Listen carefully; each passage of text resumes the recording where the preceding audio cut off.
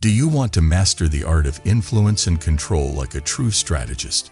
In this video, we dive deep into the teachings of the legendary Miyamoto Musashi to reveal 5 powerful ways to become a manipulator master. Whether it's understanding human psychology, mastering emotional control, or building trust to leverage it, these timeless strategies will give you the edge in any situation. Step 1. Understand human psychology. To get a better sense of human psychology, it's important to remember that people are guided by a few basic things: their feelings, beliefs, wants, and fears. They make decisions based on these factors, and as a manipulator, your job is to use these factors to move them in the way you want. People are sensitive beings. We might like to think that our decisions are based on reason, but the truth is that feelings like fear, love, anger, and happiness are often what drive us. A great operator knows this and can use people's emotions to change how they act. Miyamoto Musashi knew that knowing an opponent's moves depended on how people felt and what they wanted. Perception is strong, sight is weak, he said at one point, meaning that if you want to really understand someone, you have to see how they work on the inside instead of just observing them on the outside. When used in the context of influence, this means understanding the psychological needs and fears that lie behind what someone does. If you can correctly figure out what makes someone feel strong emotions, you have an unmatched edge when trying to guess or change how they will act. Suppose someone's biggest fear is failing. You can trick them by slowly telling them of the bad things that could happen if they don't succeed and then offering to help them avoid that failure. If someone wants to feel validated, comments or praise can make them more likely to do what you want in exchange for more praise. If you know about these psychological trends, you can make yourself an important person in their life, whether you use gentle support or more direct pressure. Step 2. Active listening and observation. Active listening is more than just hearing what someone says. It means taking part in the whole talk and getting not only what they're saying, but also how they feel and why they're saying it. With this skill, a trickster can get useful information from people around them without actually asking them questions. When people feel heard and understood, they often say a lot more than they mean to. Active listening helps people feel at ease, which makes them more likely to let down their guard and tell you what they really think and feel. Miyamoto Musashi said it was important to see what is hidden, which is what perception is all about.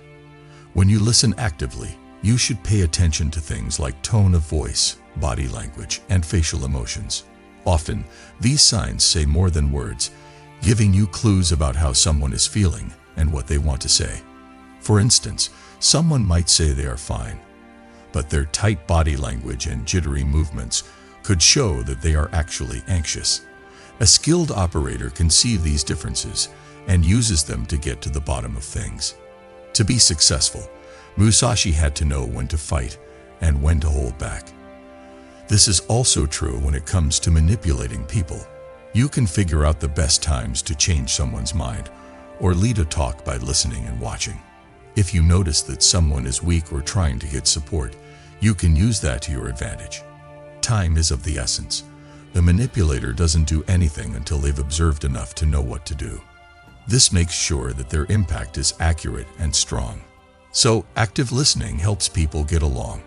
Making people feel heard makes them more likely to believe you, which, as we'll talk about later, can be used to your advantage. You can figure out what other people want, need, and are bad at by paying close attention and carefully listening.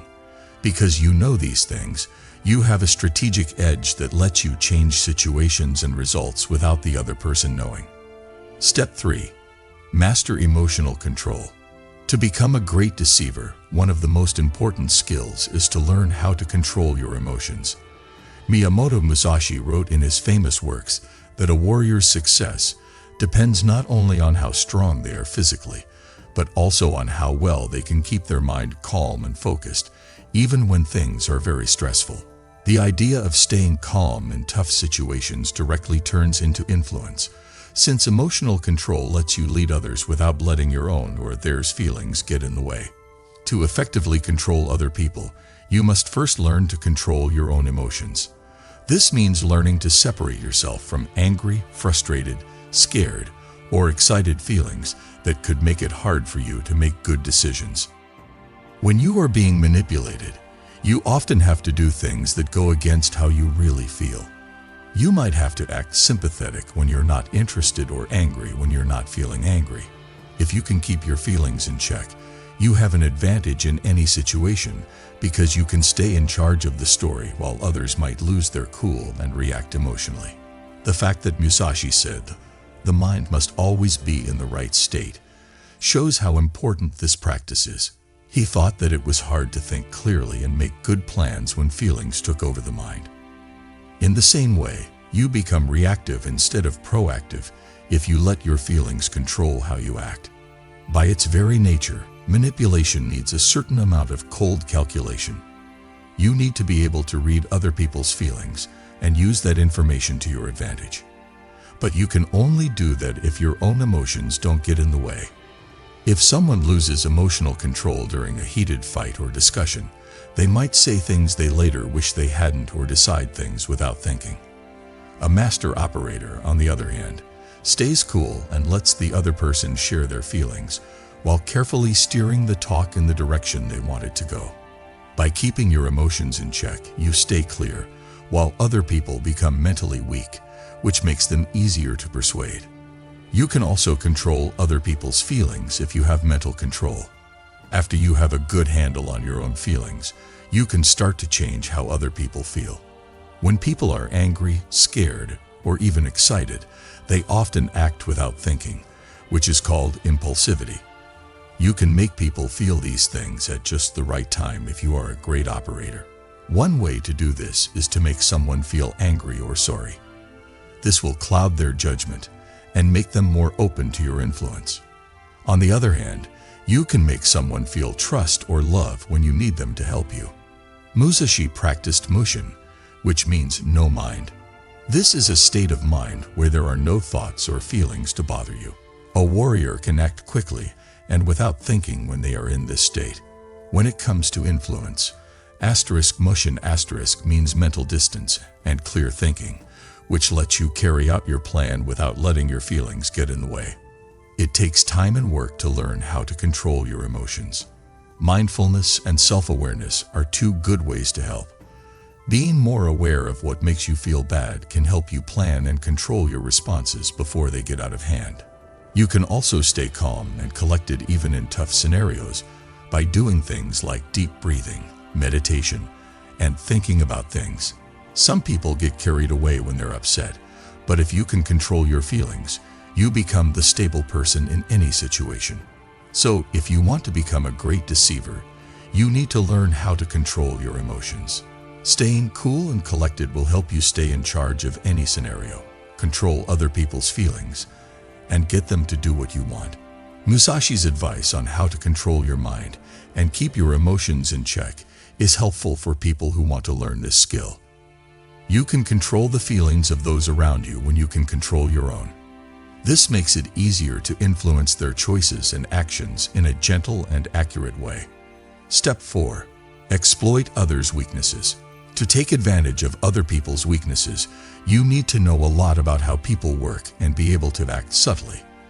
The goal is not to publicly attack people, but to find weak spots in them and use those to your advantage in ways that look good to the other person. A good operator knows that weakness can show up in many ways, such as mentally, emotionally, or in a certain situation, and they know how to take advantage of all of them. Insecurity is a mental flaw that many people have. A lot of people aren't sure of themselves and want to be reassured by others. If you see someone who is always looking for approval, you can take advantage of this by giving them approval. When they do things that help you reach your goals, praise them. When they don't praise them. Over time, they'll start to connect pleasing you with feeling good about themselves. This will give you control over how they act. This method works because many people are afraid of being rejected or criticized and will do anything to avoid these feelings, even if it means giving up what they want or what they believe in. Fear is another type of weakness. People may be afraid of failing, of being talked to, or of the unknown. If you know what someone is scared of, you can use that fear to influence their choices. For instance, if someone is scared of losing their job, you can hint in a subtle way that what they do could put them in danger if they don't follow your advice. You don't have to make direct threats. Just implying bad things might happen can get them to comply. To win, Miyamoto Musashi also thought it was important to know how your opponent was feeling. A skilled operator learns to read people's fears and flaws, not to hurt them, but to guide what they do in a sneaky way. You can gain their trust while using their weaknesses to further your own objectives by coming across as a helpful friend who helps them deal with their worries or fears. To take advantage of flaws well, you must always be smart and wait. The most important thing you have is subtlety. If someone thinks that what you want them to do is good for them, they are much more likely to do it than if they feel like they have to. Step 5. Build trust, then leverage it. Building trust and then using that trust to your advantage is the last thing you need to do to become a great operator. Musashi thought that knowing other people's minds and making partnerships were important parts of planning. When it comes to manipulation, trust is the key to getting people to do what you want. You can't manipulate someone if they don't trust you. Once trust is built, though, it can be used to control other people in a sneaky way. It takes time and work to build trust. People need to believe that you care about what's best for them. At least on the surface, this means being helpful, understanding, and dependable. Giving the other person the impression that they can trust you builds a strong emotional bond with them. Once they believe in you, they are more likely to do what you say and accept your advice. Miyamoto Musashi's plan to know both your friends and enemies works here. You can understand what other people are thinking by earning their trust. When you trust someone, you can get to know them better on an emotional level, which you can then use to influence their choices. When people trust you, they are more likely to let down their guard, which makes them easier to persuade. You can start to use trust once it has been built. You can tell them what to do and be sure that they will probably do it without question. It is possible to change things so that it looks like you are helping them, even if what you are really doing is leading them to a result that is good for you. The key is to keep up the appearance of trustworthiness while you're sneakily pulling strings behind the scenes. Musashi's lessons on strategy tell us that both fighting and manipulating are about setting yourself up to win. One of the best ways to make these things happen is to build trust.